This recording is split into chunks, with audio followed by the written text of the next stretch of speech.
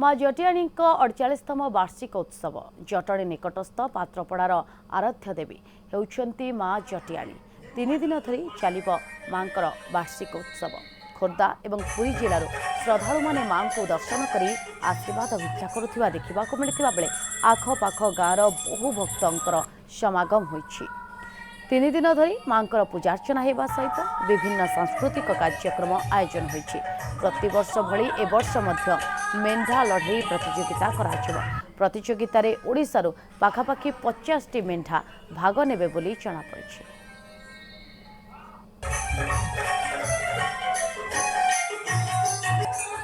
मांकर आमर ये आरंभ होगा आज की 50-60 वर्ष होगा। आमर 3 दिन व्यापी ये यात्रा होउछि। नवमी, दशमी, सांबर दशमी एवं एकादशी।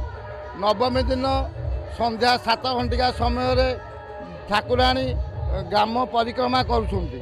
आउ दशमी दिन तांकर पूजा समारोह सब चलती, लोकों भिड़ चली एवं भजन समारोह होउछि। बहु प्रख्यात ठाकुराणी ये भोग होउछि पोड़पिठा।